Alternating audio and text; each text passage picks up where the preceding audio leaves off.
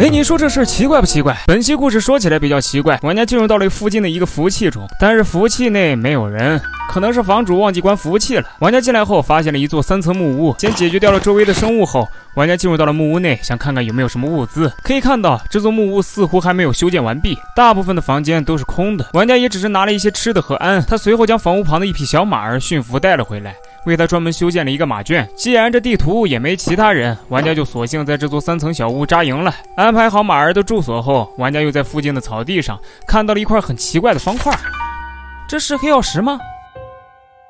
并不是，只见这个方块的名字叫做哭泣的黑曜石。好家伙，这年头黑曜石都会哭了。玩家很疑惑，殊不知奇怪的事儿也就此展开了。好了，老规矩，请各位超牛玩家动动你牛气的小手，长按屏幕中的点赞，给个3连好吗？新粉也赶快点关注，成为老粉吧。玩家虽然现在感觉很奇怪，但是他当务之急是趁天黑之前赶快把这座木屋修建完毕，还有自己所需要的物资也收集完。一眨眼的功夫，太阳公公也归西了。夜晚的到来意味着 MC 世界危险系数也增加了。虽然夜晚到来了，但依然影响不了玩家继续在这片青青草原奔腾着。他跑着跑着，突然玩家掉入到了小水坑里，把玩家吓了一跳，还以为发生了什么事儿呢。上来后，玩家边抵抗夜晚生物的袭击，边寻找矿洞，因为他需要铁矿。没走多久后，玩家发现了有铁矿的地方，但是同时他也发现了更多的哭泣黑曜石。玩家再次将这些哭泣的黑曜石通通收入囊中，因为他很好奇，如果用这些哭泣的黑曜石制作一个传送门，会通往哪里？玩家越想越兴奋，他开心地离开矿洞，走在回木屋的草地上。而此时天色也渐渐破晓。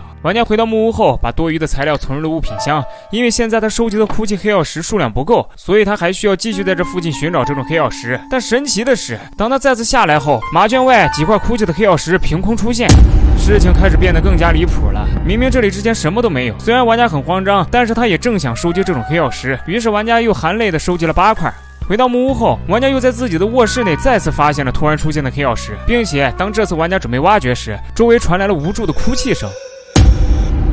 玩家彻底慌了，他赶快离开了木屋。前方高能叫到了，老规矩，认为自己超级牛的，请赶快在弹幕打出我超牛，保护一下黑曜石。只见玩家离木屋越来越远，但是这哭泣的声音一直在玩家周围环绕。玩家怀疑这可能是末影人发出来的声音，如果是末影人的话，他一定害怕水，所以玩家躲在了一个有水的沟壑当中。此时外面的天色又暗了下来，但那种奇怪的哭泣声依然没有停止。玩家情急之下又下到了更深的矿洞中，一番躲避后，周围奇怪的声音好像停止了。这时玩家打算回到矿洞上方，但是玩家发现矿洞的顶部被封住了，并且全都是用的这种哭泣的黑曜石。既然顶部不好出了，玩家只能从一旁挖楼梯出去。